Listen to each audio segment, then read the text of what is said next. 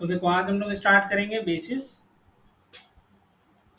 सबसे पहले बेसिस का जो बेसिक डेफिनेशन होता है उसको देख लेते हैं। बेसिस का काम क्या है कि ये असल में वेक्टर स्पेस का जो भी रहता है उसका एक सबसेट होता है और उसमें कुछ खास तरह की प्रॉपर्टी होगी, उसके हेल्प से फिर कह पाएंगे कि एक पर्टिकुलर सेट जो होगा वो बेसिस होगा। बेसिस का मेजर काम होता है कि सेट को किसी वेक्टर स्पेस को जनरेट करना। ठीक है। Let V over F be a vector space over the field F। ठीक है।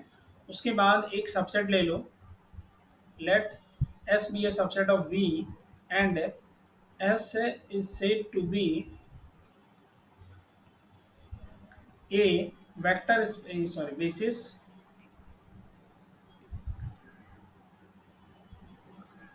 of vector space Vs over the field F if पहली प्रॉपर्टी क्या हो जाएगी। पहला चीज ये होना चाहिए कि आपका जो S है, S इज लीनियरली इंडिपेंडेंट।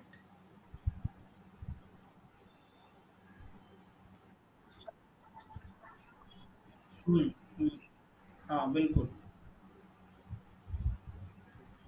ये पहला चीज हो जाएगा। और दूसरा क्या होना चाहिए कि आप एल एस इक्वल टू भी कर पाओ, मतलब एस का जो लीनियर स्पैन होगा वो हमारे भी के बराबर होगा। या फिर सीधे सीधे ये यूं कहें कि भी इज जनरेटेड बाय एस होना चाहिए। जब ये दो प्रॉपर्टी आ जाएगा उस सेट में तब कहेंगे कि वो बेसिस हमारा बन जाता है। ठीक है। अब उसी में आता है एक टर्म डायमेंशन। तो डायमेंशन बेसिकली क्या है कि number of vectors present in basis. Basis में जितने वेक्टर्स प्रेजेंट हैं उनका ही काउंटिंग करेंगे, वही हमारा dimension of the vector space बन जाता है। ठीक है। अब बात होता है कि हम लोग बेसिस बनाएंगे तो कैसे बनाएंगे। कुछ पर्टिकुलर बेसिस, जैसे कि कोई एक वेक्टर स्पेस दिया है, ठीक है, उसका एक सबसेट ले रहे हैं, एक या फिर एक सबसे सब स्पेस ले रहे हैं, उस सब स्पेस का भी अपना कुछ डायमेंशन होगा। तो हम लोग कल ये चीज़ देखे थे कि जब हमारे पास सी ओवर सी है तो इस वेक्टर स्पेस का जो डायमेंशन था वो डायमेंशन हमारा वन था। सिमिलर वे में जब आर ओवर आर ले रहे थे तो भी डायमेंशन हमारी वन थी। क्यू ओवर क्यू अगर लेते हैं तो इस केस में भी डायमेंशन हमारा यही रहेगा। लेकिन फिर उसी Q root two over Q root two लेते हैं तो इस केस में भी हमारा डायमेंशन वन ही रहता है, क्योंकि ये सभी एक ही एलिमेंट से जनरेट हो रहे थे। ठीक। लेकिन जैसे ही हम सी ओवर आर कर देते हैं तब यहाँ पर डायमेंशन चेंज हो जाता है और ये डायमेंशन हमारी टू हो जाती है। इसके पीछे का रीजन ये था कि कोई भी कॉम्प्लेक्स जेड हम लेते हैं वो ए प्लस आई बी के फॉर्म में लिखा जाएगा। उसमें ये चीज देखा जाएगा कि ए कौन है रियल नंबर से, बी कौन है रियल नंबर से। तो फिर किसी जेड को हम जनरेट किनके हेल्प से करते हैं? एक तो ए और दूसरा बी। ठीक है। इसी वजह से वहां पर हम लोग बोले थे कि सी ओवर आर का जो डायमेंशन होगा वो टू बन रहा था।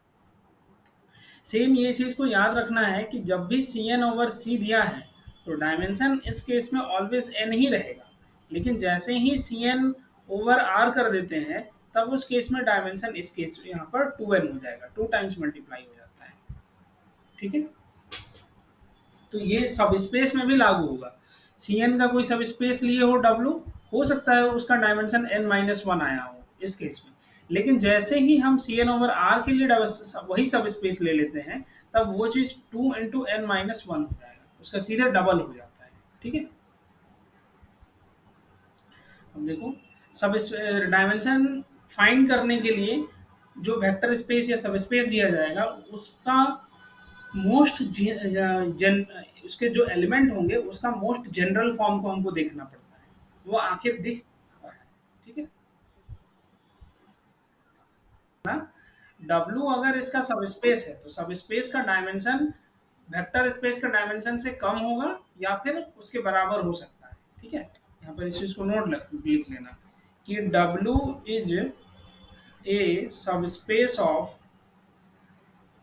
मान लो कोई वेक्टर स्पेस VF है, तो फिर क्या होगा कि डायमेंशन ऑफ W जो होता है वो लेस और equal to dimension of V हो जाता है, इससे लेस रहेगा। इसी वजह से हम यहाँ पर जस्ट ऐसे छोटा सा एग्जांपल ले लिए कि W का अगर डायमेंशन n-1 हो रहा है Cn ओवर C के केस में, तो वही जो Cn ओवर R के केस में 2 टाइम्स हो जाएगा उसका। ओके, चलो देखो, हम लोग सपोज करो कि सी एन ओवर सी ले रहे हैं, ठीक है, वेक्टर स्पेस। ध्यान रखना है कौन वेक्टर स्पेस है, क्या है, मुझे सब पता होना चाहिए। फील्ड कौन है वो भी ध्यान में होना चाहिए। तो vector space V over F हम लोग ये ले रहे हैं C N over C. Clearly दिख रहा है कि फील्ड हमारा सी है, ठीक है। अब एक सब स्पेस लेते हैं, पहले नंबर एक सबसेट ले रहे हैं, उसको चेक करना कि पहले वो सब स्पेस है कि नहीं, फिर सब स्पेस हो जाता है तब जाकर के डायमेंशन चेक करना है, ठीक है। तो सपोज करो W1, अच्छा वो सी एन ओवर कर दिए हैं, इसको ऐसा करो C2 कर दो। पहले छोटा से शुरू करते हैं, C2 ओवर C है, ठीक है। मीन्स ये जो तुम्हारा वेक्टर स्पेस है वो इस तरह का वेक्टर स्पेस है, C क्रॉस C ओवर सी। मतलब जो भी एलिमेंट लेना है वो ऑर्डर्ड पेयर में लेना है। एलिमेंट हमारे इस तरह से रहेंगे Z1 कॉमा Z2 टाइप में, ऑर्डर्ड पेयर में, ठीक है। तो उस तरह से एक सबसेट हम ले रहे हैं, सपोज करो Z1 comma Z2 such that कि Z1 प्लस Z2 जो है ये हमारा जीरो हो रहा है, ठीक है। अब हमको चेकआउट करना है कि ये जो W1 है क्या इस वेक्टर स्पेस का सब स्पेस बनता है, और सब स्पेस बनता है तो उसका डायमेंशन कितना होगा। तो W1 में देख सकते हो कि एलिमेंट कैसा आ रहा है, ऑर्डर्ड पेयर में Z1 कॉमा Z2। और ये अगर W में बिलोंग कर रहा है तो इसका मतलब है कि Z1 plus Z2 equal to zero हो रहा है। सिमिलर वे में एक दूसरा पेयर लेके देखते हैं Z3 और Z4 का। अगर ये W1 में बिलोंग कर रहा है तो उस केस में यहाँ पर भी Z3 plus Z4 equal to zero हो गया, ठीक है। अब नेक्स्ट में क्या करते हैं, एडिशन के रेस्पेक्ट में क्लोज देखना होता है सब स्पेस के लिए। तो दोनों को ऐड कर दो, तो यहाँ पर Z1 प्लस Z3 और Z2 प्लस Z4 बन रहा है। फिर इसको देखना होगा कि इन दोनों एलिमेंट्स का सम क्या जीरो हो रहा है। Z1 plus Z3 plus Z2 plus Z4 arrange करो तो Z1 plus Z2 plus Z3 zero हो रहा है, मतलब एडिशन के रेस्पेक्ट में क्लोज हो गया। सिमिलर में अगर हम स्केलर मल्टीप्लिकेशन देखें तो अल्फा हम लोगों को कहाँ से लेना होगा, सी से, फील्ड तो वही है। Alpha into Z1 comma Z2 करें तो हमें मिल रहा है अल्फा Z1 अल्फा Z2। फिर यहाँ से तुम देख रही होगी कि alpha Z1 plus alpha Z2 equal to exactly zero हो रहा है। मीन्स हो गया कि ये जो W1 है दिस इज ए सब स्पेस ऑफ, किसका सब स्पेस हो गया, वेक्टर C2 ओवर C का, ठीक है।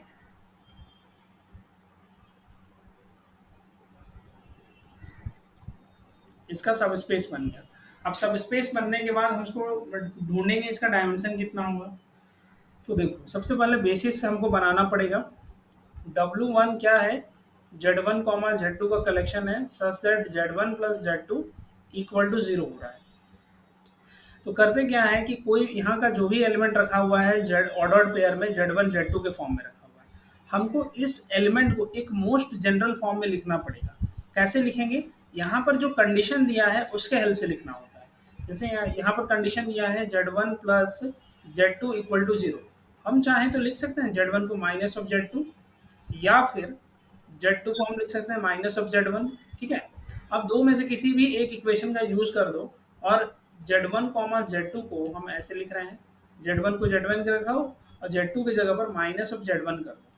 तो देखो अब हमारा जो मोस्ट जनरल फॉर्म आ रहा है इसी इसका, ये किस तरह से आ रहा है, 1 - 1 ऐसे आ रहा है। मीन्स ये हो गया कि जो W1 है this is the collection of such type of elements Z1 1, where Z1 belongs to complex number C, ठीक है। तो हम यहाँ से कह सकते हैं कि W1 का जो भी एलिमेंट है वो बिल्कुल इसी टाइप का होगा, और जनरेट किसके हेल्प से हो रहा है, जब हम 1 और -1 के साथ किसी भी कॉम्प्लेक्स नंबर को मल्टीप्लाई कर दे रहे हैं तब जनरेट हो रहा है। मतलब जनरेटिंग एलिमेंट जो है वो सिंगलटन 1, -1 है, ठीक है। एक तो पता चल गया कि इस सिंगल एलिमेंट की हेल्प से पूरे के पूरे W1 को जनरेट कर रहा है, ठीक। दूसरा चीज तुम देखो कि ये नॉन जीरो है एंड सिंगल्टन है, तो non zero singleton set always क्या होता है, लीनियरली इंडिपेंडेंट। मीन्स हमारा जो बी है, this B is L I as well as this generate W. हाँ, ये सीधे सीधे डब्ल्यू को जनरेट कर रहा है, वन कॉमा माइनस वन अगर करें तो ये डब्ल्यू को जनरेट कर रहा है। इट मीन्स क्या हो गया, ये इसका बेसिस बनेगा, this B is a basis of this W one. अब इसका डायमेंशन कितना होगा, डायमेंशन अगर देखें तो डायमेंशन हमारे पास ये आ गया, बी तो सिंगलटन एक ही एलिमेंट का रखा हुआ है, वन माइनस वन, तो dimension of the vector space, sorry dimension of this W one कितना हो जाएगा, एक, क्योंकि बेसिस में तो सिर्फ एक ही एलिमेंट रखा हुआ है ना, तो ये बन गया इसका डायमेंशन। तो तुम देखो वेक्टर स्पेस जो था सी टू ओवर सी था, इसका डायमेंशन हम लोगों को टू मिला था, ठीक है। लेकिन जो सब स्पेस आया डब्ल्यू वन, उसका डायमेंशन कितना मिला, वन। इसका मतलब ये भी क्लियर वेरीफाई हो गया कि डब्ल्यू वन का डायमेंशन मेन वेक्टर स्पेस के डायमेंशन से छोटा होगा या फिर उसके बराबर हो सकता है। ठीक, समझ में आया ये चीज। ठीक है, तो तुमको बिल्कुल इसी फॉर्म में तुमको जो कंडीशन यहाँ पर एक्स्ट्रा रहेगा, उसी से ही तुमको आइडिया लगाना है कि किसी एलिमेंट को किसके फॉर्म में कैसे लिख सकते हैं। ठीक है, नेक्स्ट सपोज करो इस तरह से दिया हुआ है, W2 is the collection of Z1 Z2 such that कि Z1 plus Z2 equal to 5 दिया गया है, इस तरह से। तो सबसे पहले देखो कि क्या ये वेक्टर स्पेस बनेगा, सब स्पेस बनेगा कि नहीं बनेगा वो देखो, फिर उसके बाद उसका डायमेंशन देखो, नहीं बनता है तो डायमेंशन नहीं मिलने वाला है। हाँ एग्जैक्टली, ये नहीं बनेगा क्योंकि यहाँ पर तो एक कांस्टेंट आ गया। ठीक है, तो ये नहीं बनने वाला है। नेक्स्ट, अच्छा इसको सपोज करो, हम्म, नहीं नहीं उसमें कुछ केस में तो वो ही हो जाएगा। चलो वेक्टर स्पेस को चेंज करते हैं, मान लो सी थ्री ओवर जेड हम कर देते हैं, सी थ्री ओवर सी कर रहे हैं, ठीक है, वेक्टर स्पेस। तो मतलब सी क्रॉस सी ओवर सी है, ओवर सी। इसका एक सब स्पेस हम सपोज करो इस तरह से लेते हैं, मान के चलो Z1 comma Z2 comma Z3 dot dot dot, इस तरह से Z1 plus Z2 plus Z3 is equal to zero कर रहे हैं। तो पहले ये देखो कि क्या ये वेक्टर स्पेस सब स्पेस है कि नहीं है, नेक्स्ट उसका डायमेंशन चेक करना। देखो यहाँ पर दिया हुआ है Z1 Z2 Z3, ठीक है। सबसे पहले बेसिस बनाना है, तो बेसिस कैसे बनाएंगे, यहाँ पर तीन एलिमेंट का कलेक्शन है, ठीक है, ये जनरल बताया गया। अब यहाँ पर जो एलिमेंट रखे जा रहे हैं उनके साथ ये वाला कंडीशन इनबिल्ट है कि Z1 plus Z2 plus Z3 equal to zero, ये कंडीशन इनबिल्टेड है।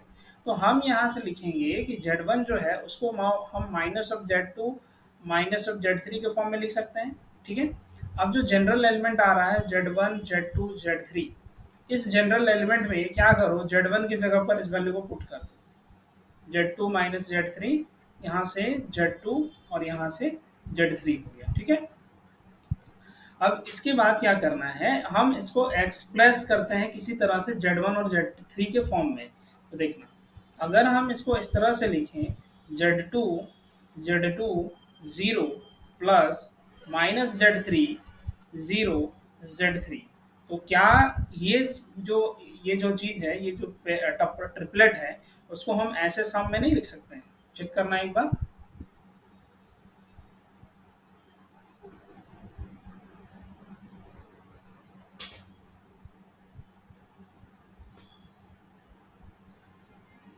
उनका कंपोनेंट वाइज एडिशन का जो यूज होता है हम उसको यूज कर रहे हैं इसे,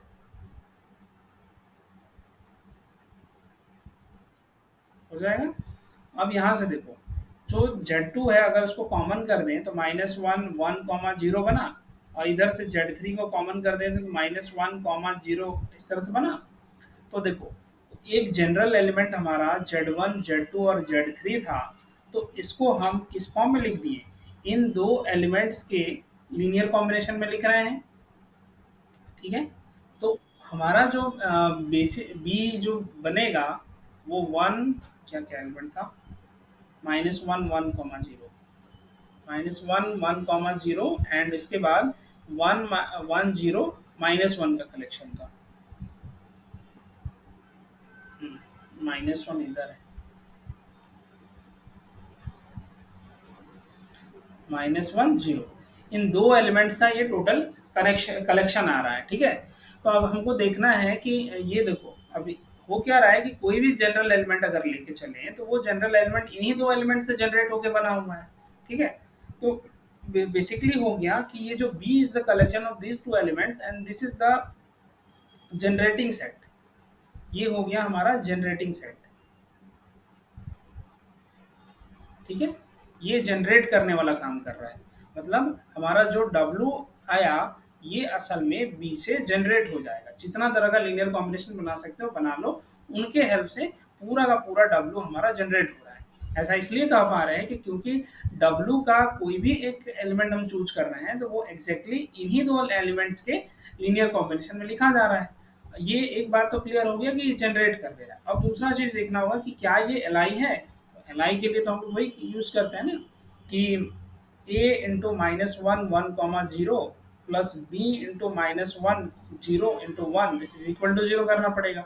अब इसमें देखना होगा कि a और b की वैल्यू हमारी 0 हो पा रही है कि नहीं हो पा रही है। तो सिर्फ सॉल्व करेंगे, -a - b इक्वल टू 0 हो गया। फिर वहां से देखो a इक्वल टू 0 हो रहा है और b इक्वल टू 0 हो रहा है। इसको तुम सम करोगे तो तुमको यहाँ पर ऐसे लिखने को मिल रहा होगा, -a - b, फिर a और दूसरे वाले में b इक्वल टू 0। तो इसके हेल्प से तुम देखो a की वैल्यू 0, b की value 0।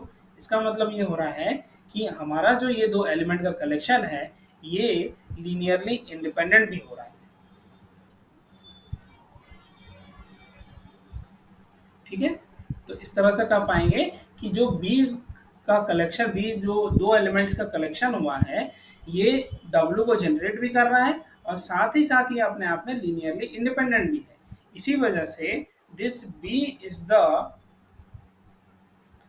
basis of vector space subspace W over the field F and अगर हम यहाँ पूछें डायमेंशन कितना होगा तो डायमेंशन ऑफ दिस बी कितना आना चाहिए, 2, ठीक है। इस तरह से जनरेट करना है।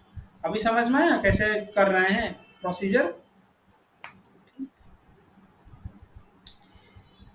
ये सब चीज बीएससी में सीखे थे।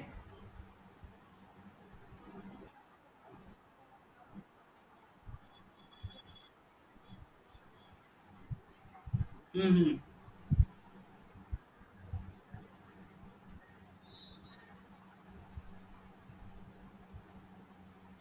चलो नेक्स्ट इसी तरह से एक और करके देखो। सेम वही चीज़ है, C3 ओवर सी ही दे रहे हैं बट इस बार तुम्हारा जो W2 है वो कुछ इस तरह से कलेक्ट किया गया है, Z1 Z2 Z3 dot such that कि Z1 minus Z2 plus Z3 equal to 0 है, ठीक है। ऐसे बना के रखे हैं। तो इस बार तुमको फिर से वैसे ही चेक करके दिखाना है कि इस W2 का वो सब स्पेस बनेगा कि नहीं, दूसरा बार में बेसिस बनेगा कि नहीं, उसका बेसिस कौन होगा और उसके बाद उसका डायमेंशन चेक करो। ध्यान रखना कि एक ही वेक्टर स्पेस है तो उसका एक से ज़्यादा बेसिस बनेगा बट डायमेंशन जो होती है वो यूनिक होती है। अभी हम आगे दिखाएंगे कि एक ही वेक्टर स्पेस है लेकिन एक से ज़्यादा हम बेसिस हम क्रिएट कर पाएंगे वहाँ पर। तो ठीक है देखते हैं। तो सबसे पहले तुम ये की होगी कि Z1 minus Z2 plus Z3 equal to 0 की होगी और Z1 की वैल्यू तुमको Z2 माइनस Z3 ऐसे मिला होगा। फिर जनरल एलिमेंट Z1 Z2 और Z3 इसमें वैल्यू हम पुट कर दे रहे हैं। तो Z1 की जगह Z2 माइनस Z3 फिर Z2 और Z3 ऐसे हो गया। फिर इसको स्प्लिट किए किए होंगे तो Z2 0 किए होंगे, फिर प्लस दे करके -Z3 0 Z3, ठीक। फिर यहाँ से Z2 के को कॉमन करके 1 1 0 बना लिए और Z3 को कॉमन करके -1 0 बना लिए, ठीक। तो हमारा जो बी का कलेक्शन आया होगा वो कुछ ऐसा आया होगा, B is the collection of 1 1 0 और उसके बाद तुम्हारे पास -1 0 ये आया होगा, ठीक है। तो ये एग्जैक्टली हमारा क्या है, बेसिस है, यही बेसिस बना होगा। ठीक है, तो डायमेंशन हम इस W2 का कितना बताएंगे, 2 हो जाएगा, क्योंकि इसमें दो ही एलिमेंट रखे हुए हैं। ठीक है, ज़्यादातर केसेस में क्या करना होगा, तुमको एल चेक करने का बहुत ज़्यादा ज़रूरत नहीं पड़ता है। तुम एक तो जनरेटिंग देख लो कि ये जो एलिमेंट है ये यूनिकली इस तरह से जनरेट हो रहा है कि नहीं हो रहा है। जनरेट हो गया, ज़्यादातर केस में यही होगा कि जनरेट कर लिए, तो फिर जो जनरेटिंग एलिमेंट्स है ना, वो आपस में इन जनरल एलाई होते ही हैं।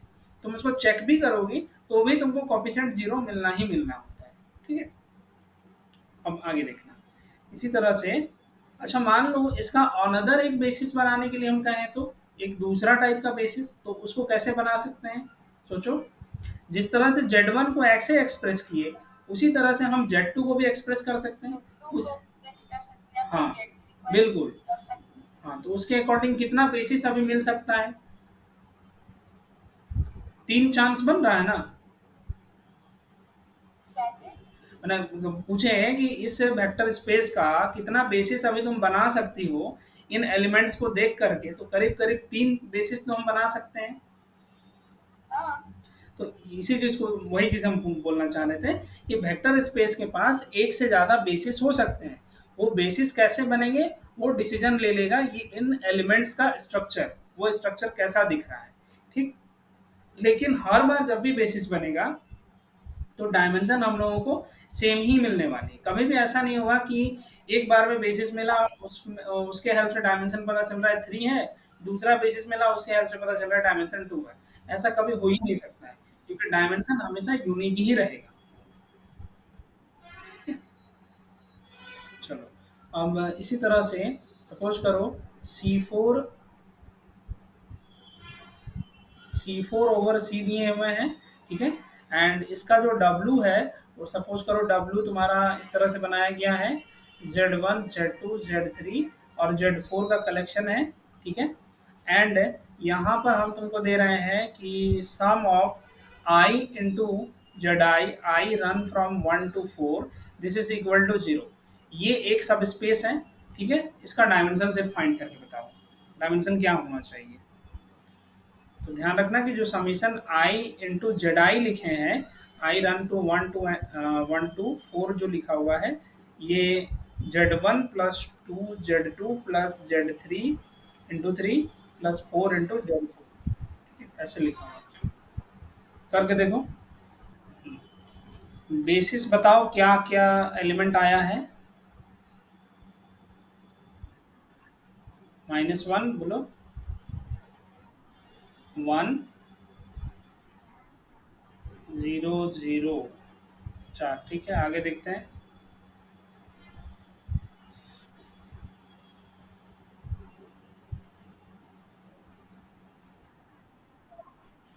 हाँ, 0 1 0। अच्छा, हमको कुछ गड़बड़ लग रहा है, तुम्हारा 2 3 कैसे गायब हो गया। चलो फोन चेक कर। हाँ, वो तो आएगा ना, कैसे गायब हो जाएगा जब इसको इक्वल, क्या होते हैं, रुको।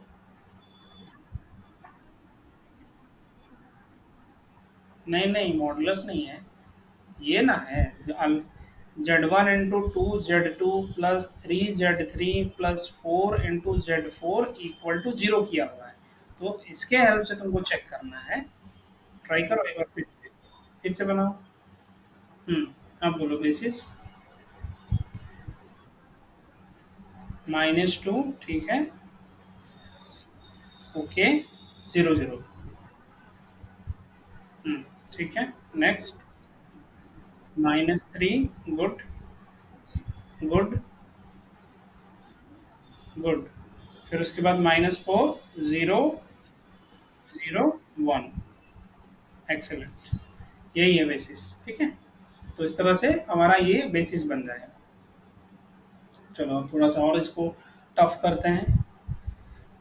C4/C ही रखो, बट W जो है वो इसी तरह से Z1 Z2 डॉट Z3 और Z4 का कलेक्शन है। यहाँ पर हम बता रहे हैं कि Z1 plus Z2 equal to 0 दिया गया है and Z3 minus 4 Z4 equal to 0 दिया गया है, ठीक है। ये दो कंडीशन इसमें अप्लाई की गई है कि हमारा जो भी वेक्टर स्पेस सब स्पेस बन रहा है। हेलो, पढ़ो थोड़ी। हाँ पढ़ो थोड़ी, पढ़ो थोड़ी।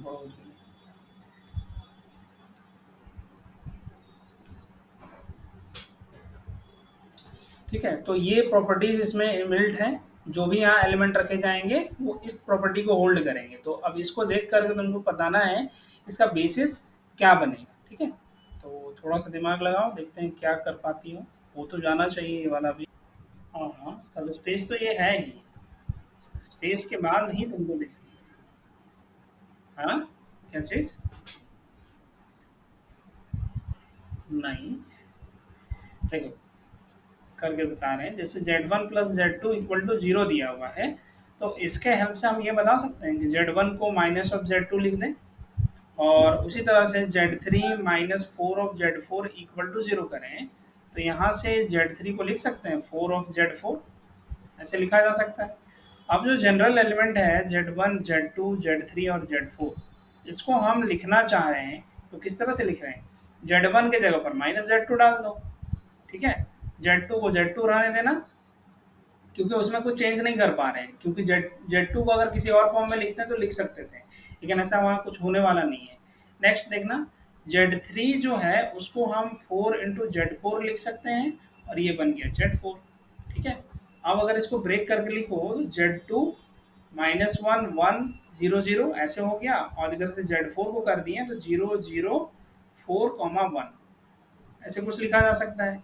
इसका मतलब इन दो एलिमेंट के हेल्प से हम इस सब स्पेस के सारे एलिमेंट को जनरेट कर पा रहे हैं और आपस में ये लोग क्या है, लीनियरली इंडिपेंडेंट है। दैट्स व्हाई बेसिस में सिर्फ यही दो एलिमेंट आ जाएंगे। B is the collection of -1 1 0 फिर उसी तरह से 0 0 4 1, ठीक। तो ये हो गया तुम्हारा बेसिस। अब ये डायमेंशन यहाँ से भी 2 ही आएगा फिर। क्लियर हुआ?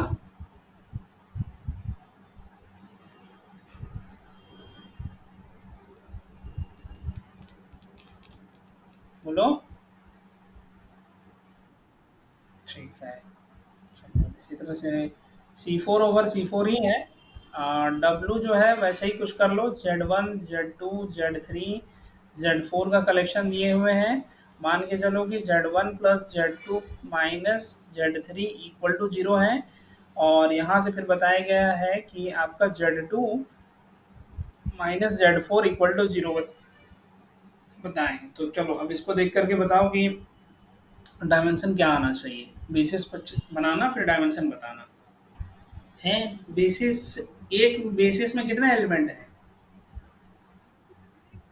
हाँ, तो डायमेंशन दो आएगा। बेसिस में दो एलिमेंट है तो डायमेंशन तो दो होना चाहिए, एक कहाँ से आएगा? चलो बेसिस बताना। बेसिस क्या आया है तुम्हारा? -1 1 0, अच्छा सॉरी 0 1, ठीक, गुड। और दूसरा वाला?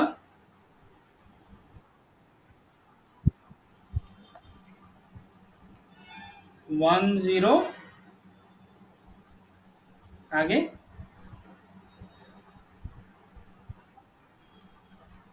अच्छा ये आ रहा है,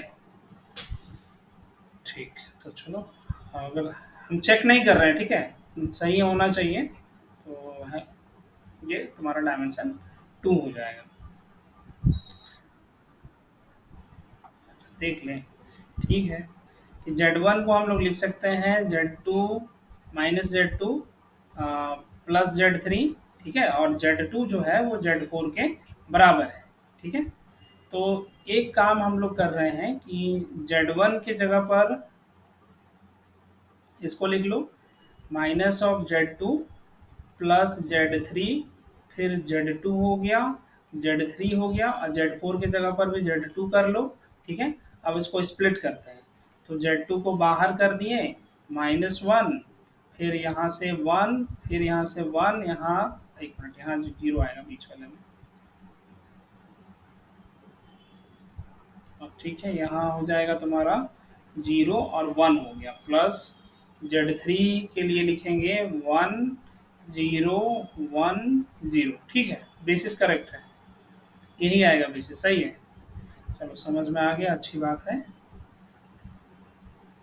then W is the collection of, suppose करो उसी तरह से Z1 Z2 Z3 and Z4 का कलेक्शन दिए हुए हैं, और तुम्हारा डायमेंशन कुछ इस तरह से तुमको बताया गया है कि आपका Z2 का वैल्यू को 0 रखना है, Z3 की वैल्यू 0 रखनी है, और Z1 प्लस Z4 के बारे में बता रहे हैं कि ये तुम्हारा 0 हो जाएगा।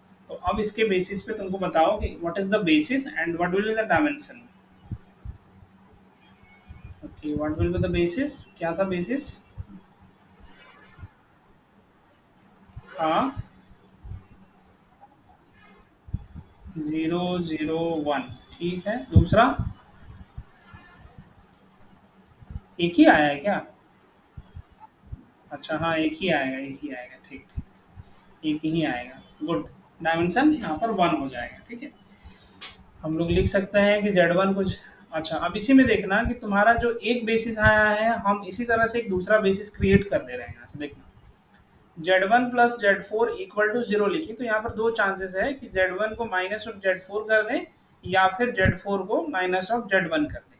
तो तुम जो यूज की है वो ये वाला यूज कर लिए, Z4 को माइनस ऑफ Z1 करके यूज बनाएंगे।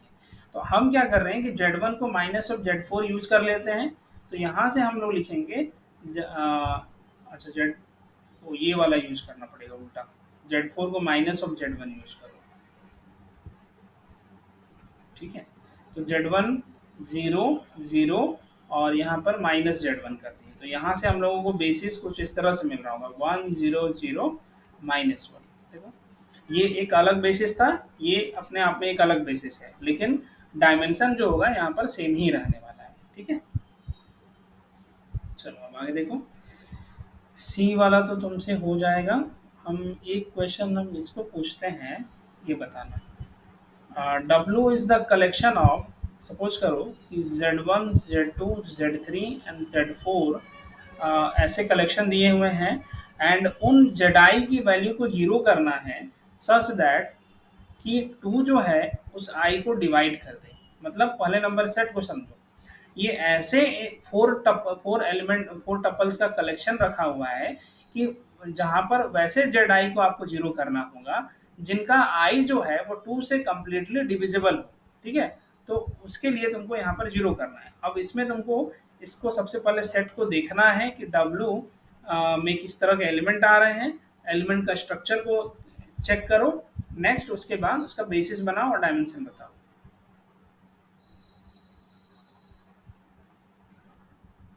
देखो देखो, एलिमेंट ऐसे लेना है तुमको, जैसे यहाँ पर देखो जो लिखा हुआ है ना, इसको समझो पहले। When 2 divides I, then Zi is equal to 0 है, ये इसका कंडीशन है। मान लो कि यही कंडीशन को हम यहाँ पर इनबिल्ड कर दे रहे हैं। ठीक है, ऐसे लगा दें।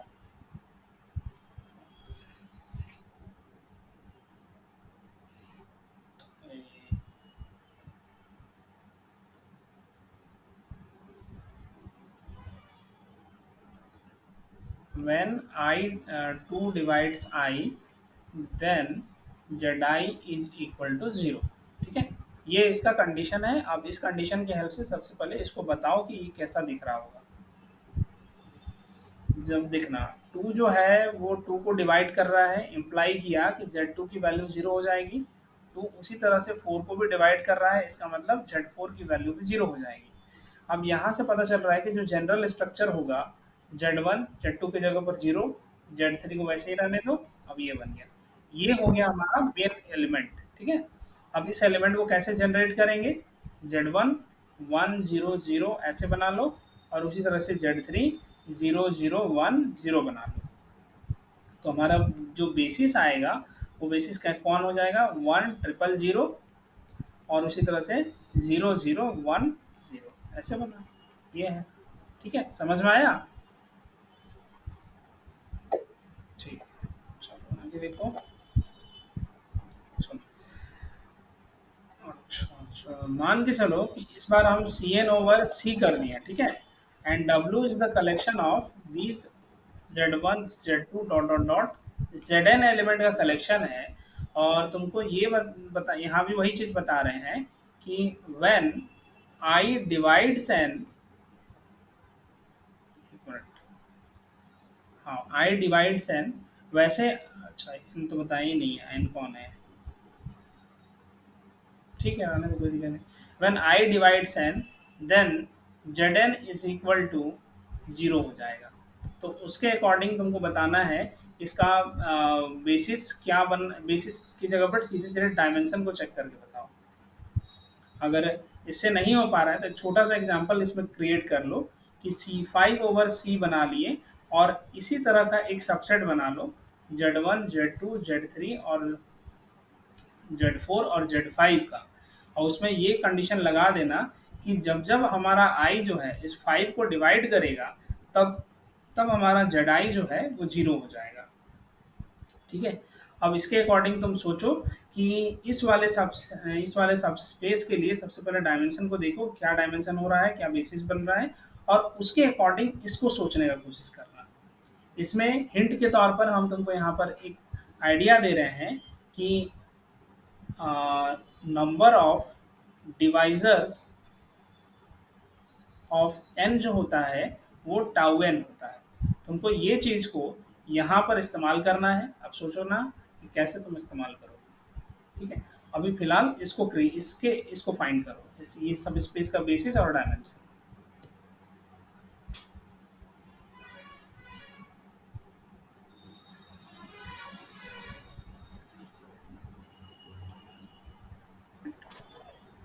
चलो बेसिस तुम बताओ क्या आएगा। एक दो तीन चार, ठीक है, ठीक है, ठीक है, गुड, ये आया होगा।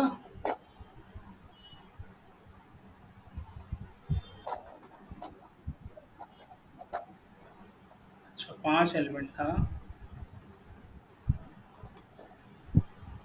एक डाल दो, यहाँ भी एक डाल दिए, यहाँ भी एक डाल दिए, ठीक।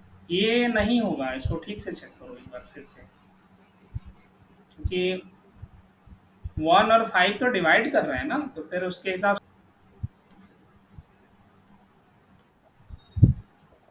जीरो वन जीरो जीरो, फिर उसके बाद जीरो जीरो वन जीरो आया होगा, तीन दो पाँच, ठीक है, फिर जीरो जीरो वन जीरो, ये आया होगा। ठीक है, तो यही तुम्हारा बेसिस बनेगा और इसके अकॉर्डिंग हमारा डायमेंशन यहाँ पर कितना आया, थ्री आया, ठीक है। अब यहाँ पर एक चीज सोचो कि फाइव का डिवाइजर्स कितना होता है, फाइव के डिवाइजर कितने होते हैं।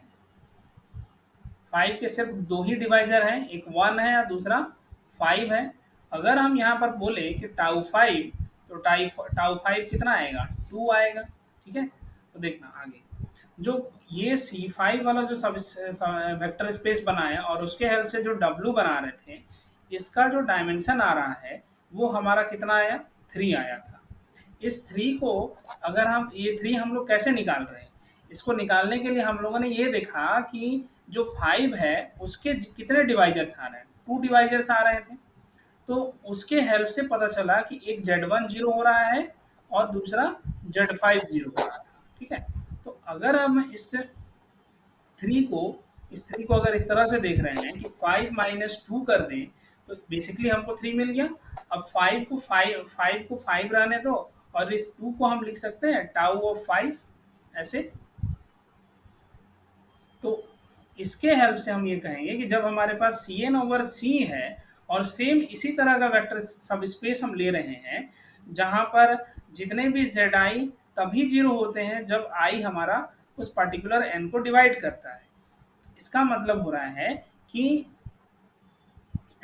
इसका मतलब हो रहा है कि number of divisors of N find कर लो, टाउ एन, ठीक है, और उसको एन से माइनस कर दो, तो तुमको automatically dimension of the vector space मिल जाएगा। ठीक, क्या चीज?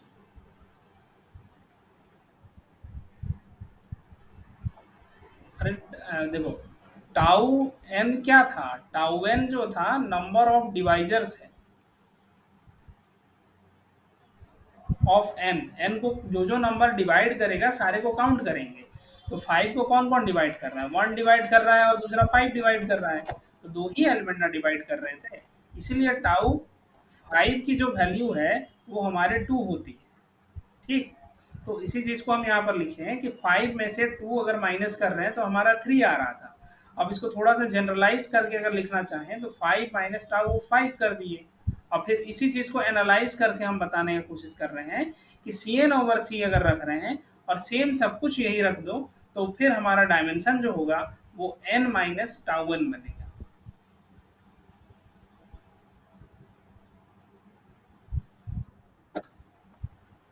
ओके, तो यहाँ पर जो ये जो सब स्पेस बन रहा है इसका डायमेंशन हमारा बनेगा एन माइनस टाउ एन। ठीक है, इस चीज को ध्यान रखना है।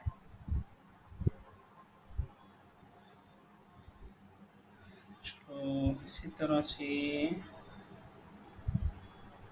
एक इसको बताना कि तुमको दे रहे हैं सी एन ओवर सी ही दिए हुए हैं, ठीक है, और तुमको ये चेक करके बताना है कि जो सब स्पेस हम दे रहे हैं वो A1 A2 dot dot dot A N का कलेक्शन है, सारे कॉम्प्लेक्स नंबर ही हैं। उसमें सिर्फ इतना बता दिए हैं कि summation -1 to the power I plus one into A I की वैल्यू 0 है, और आई जो है वो 1 से लेकर n तक में वेरी कर रहा है। ठीक है, इस तरह से तो तुमको बताना होगा कि इसका जो डायमेंशन होगा वो डायमेंशन कितना आना चाहिए, what will the dimension, this dimension कितना होगा, इस चीज़ को चेक करो। ये हम बता रहे हैं n-1 होगा। अब उसके अकॉर्डिंग तुमको बेसिस को एनालिसिस करना है और फिर डायमेंशन बताना है। चलो ट्राई करो। कभी भी जनरल केस अगर इस तरह का दिख रहा है बड़ा वाला, तो सबसे पहले छोटे छोटे केसेस में इसको निकाल के देखो। एन की वैल्यू 2 3 4 इस तरह से कर लो, पैटर्न को एनालाइज करो और उसके अकॉर्डिंग फिर उसको क्रिएट करने की कोशिश करो।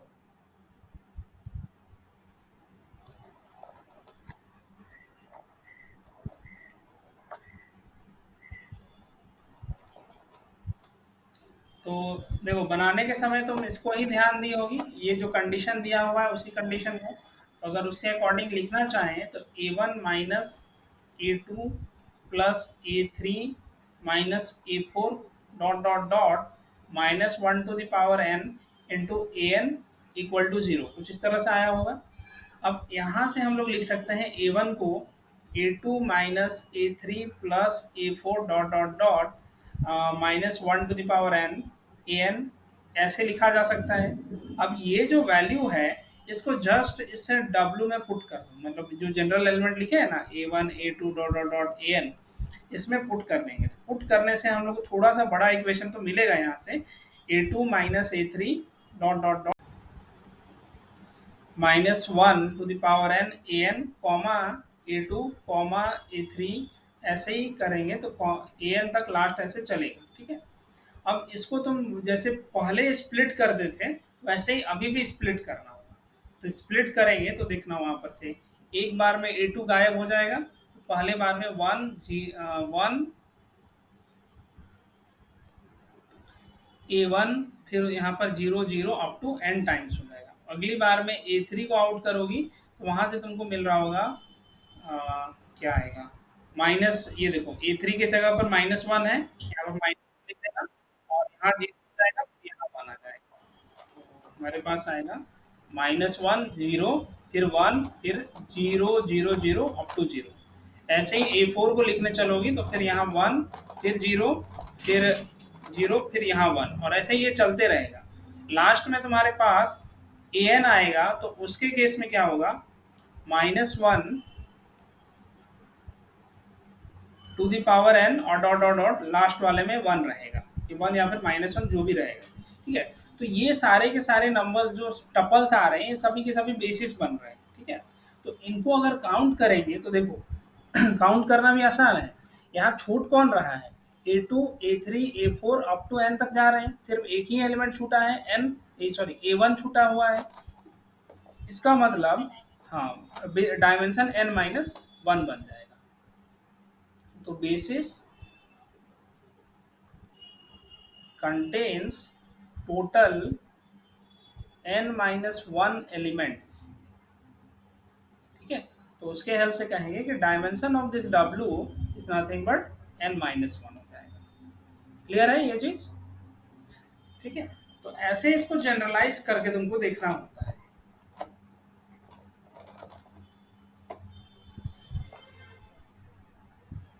चलो एक और क्वेश्चन करके देखो।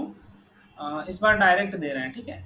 सेम वही सब रहेगा, A1 A2 dot dot dot An है, और तुम्हारा में बताया गया है कि sum of AI equal to 0 है। चलो अब इसके हेल्प से तुमको बताना है, I run from 1 to n है, व्हाट विल डायमेंशन क्या होगा, ठीक है। डायमेंशन क्या होना चाहिए इसको एनालाइज करो। -1 1 0 0 0 ऐसे हो गया। हाँ उसके बाद हाँ, फिर यहाँ एक जीरो, फिर यहाँ पर से 1, फिर इधर 0 0 चलेगा। अब ये कितनी दूर तक चल रहा है इस चीज को बताना। हाँ हाँ, लास्ट में एक 1 आएगा। तो कुल मिला के कितने एलिमेंट आ रहे हैं बेसिस में, n आएगा कि n-1 आएगा। एक छूट रहा है, एक छूट रहा है ना। हाँ, टोटल एलिमेंट वहां पर n-1 हो जाएगा, यानी कि dimension of the basis n-1 रहेगा, ठीक है। और यही चीज का एप्लीकेशन फर्स्ट में जो C2 और ये सब में कराएं, उसमें ये सब देखो, पहले वाला जो किया ना, ये सब बेसिकली इसी का रिजल्ट आ रहा था, ये वाला इससे पहले भी है। हाँ ये देखो, ये उसी यहाँ पर भी देखो, थ्री डायमेंशन आया हुआ था, और मेन वेक्टर स्पेस जो है, ये वहाँ पर जो n लिखा हुआ है ना, वो n बता रहा है कि हमारा वेक्टर स्पेस का डायमेंशन क्या है, ठीक। वो चीज़ को बताया हुआ था। या फिर तुम समझो कि यहाँ पर जितने एलिमेंट रखे हुए थे उसकी संख्या थी यहाँ पर। इसी तरह से इसमें भी देखना, यहाँ पर भी तुमको 3 मिला होगा, n-1 कर देने से 3 आ जा रहा था,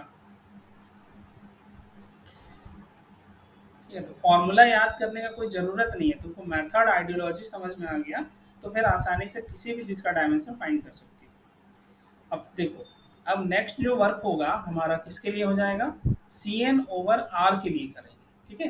तो अभी अभी हम लोग ये देखें कि जब हमारे पास Cn ओवर C था तो इसका डायमेंशन n हो रहा था, तो जैसे ही Cn ओवर R कर देंगे तो डायमेंशन 2n बन जाएगा। उसके पीछे का रीजन भी बताए थे कि यहाँ पर क्या करना होता है, जो z होगा उसको a प्लस आई बी के फॉर्म में हमको लिखना पड़ेगा, और इसके हेल्प से a जो होता है वो रियल नंबर से आ रहा है, b भी रियल नंबर से आ रहा होता है, और जनरेटिंग एलिमेंट यही सब दो लोग बन जाते हैं। इसी वजह से वहाँ पर 2 का मल्टीप्लिकेशन करना जरूरी पड़ जाता है, ठीक है? तो अब ये जो रिजल्ट है ये हमारे सब स्पेस के लिए भी लागू होगा, कि जो सब स्पेस हम Cn ओवर C के लिए ले रहे थे, अगर उसका डायमेंशन n-1 हुआ है, तो यही सब स्पेस जब Cn ओवर R में लिया जाएगा तो उसका डायमेंशन 2 इंटू n-1 हो जाएगा, ठीक है। तो चलो अब एक एक करके हम लोग काम करते हैं। जैसे सी एन ओवर क्या, छोटा छोटा करके देखते हैं पहले। मान के चलो कि C3 ओवर R दिए हैं, ठीक है। और सब स्पेस तुम्हारे पास है Z1 Z2 Z3, इनका कलेक्शन किया हुआ है। इसमें बता रहे हैं कि Z1 plus 7 Z2 minus Z3 equal to 0 दिया हुआ है, ठीक है। अब ये चीज़ का डायमेंशन तुमको चेक करना है, डायमेंशन ऑफ दिस सब स्पेस, ठीक है। डायमेंशन ऑफ इस सब स्पेस को चेक करो क्या आएगा। चेक करने का तरीका क्या होगा, सबसे पहले इसका डायमेंशन तुम इसमें देख लो, C3 ओवर C में कितना आ रहा है, जितना यहाँ से मिला बस उसको 2 से मल्टीप्लाई कर दें। अब अपने आप आंसर तुम्हारा आ जाएगा। ठीक है, ट्राई करके देखो कितना आया डायमेंशन। गुड, यहाँ पर 4 हो जाएगा। जो सी एन ओवर सी है इसके हेल्प से तुमको डायमेंशन 2 मिला होगा, और यहाँ पर 2 इंटू 2 कर देने से सीधे सीधे 4 आ जाएगा। ठीक है, तो ये हमारा डायमेंशन बनेगा। इसी तरह से नेक्स्ट इसको चेक करके देखो। सी थ्री सब स्पेस यही रहने, वेक्टर स्पेस यही रहने देना। डब्ल्यू जो है वो Z one Z two Z three का कलेक्शन है, such that Z one minus Z three equal to zero दे रहे हैं। और फिर उसी तरह से तुमको ये बताना है Z three minus Z two equal to zero दिए हुए हैं। तो अब इसके हेल्प से तुमको बताना होगा कि इसका डायमेंशन कितना रहेगा। ठीक है, सबसे पहले इस चीज़ को सोचो कि सी है, सी थ्री ओवर सी में क्या होगा, फिर उसके बाद उसका डबल कर देना है। ठीक, C three over R, C three over C के केस में यहाँ पर वन आ रहा था, और सी थ्री ओवर आर करेंगे तो उस केस में डायमेंशन यहाँ टू बन जाएगा। ठीक है, करेक्ट। चलो उसी तरह से सारा तो हो ही जाएगा। इसमें चेक करके बताओ कि W three is the collection of A one A two dot dot dot A N such that, कि हम ये बता रहे हैं आई इंटू ए आई की वैल्यू ज़ीरो है। ठीक है, ये समीशन वन से वन से लेकर अप टू एन तक रखा गया है। ये total sum equal to zero हो रहा है, तो डायमेंशन चेक करना है तुमको। What will be the dimension of this vector space V three over the vector space C three C N over R. ठीक है, चलो इसको ट्राई करो।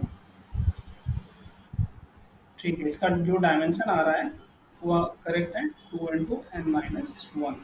ठीक, चलो इसी तरह से इसका एक बार ये करके देखो कि डब्ल्यू फोर जो है बिल्कुल उसी तरह से A one A two dot dot dot A N का कलेक्शन दिया गया है, और उसमें हम ये बता रहे हैं कि वैसे वैसे ए आई की वैल्यू जीरो करनी होगी, सच दैट कि आई जो है उस एन को डिवाइड कर दे। ठीक है, तो अब देखो इसका डायमेंशन क्या आना चाहिए। हाँ, इसका डायमेंशन हो जाएगा two into N minus tau N. Correct, इसी तरह से चेक करना है। ठीक है, तो चलो इतना दूर तक तो समझ में आ गया। अब आज का फिलहाल इतना ही रखो, हम तुमको अब एक शीट दे देंगे। उस शीट में सारा इसी तरह का लिखा हुआ है। ठीक है, तो इसमें मैट्रिक्स वाला भी लिखा हुआ है, डायमेंशन का फॉर्मूला लिखा हुआ है, तो बेसिकली तुमको डिराइव ही करना है उस चीज़ को, और उसके बाद देखना होगा कि और कैसे इवेलुएट करते हैं। फिर हम लोग देखेंगे इससे रिलेटेड जो क्वेश्चन आया हुआ है उसको चेकआउट करना।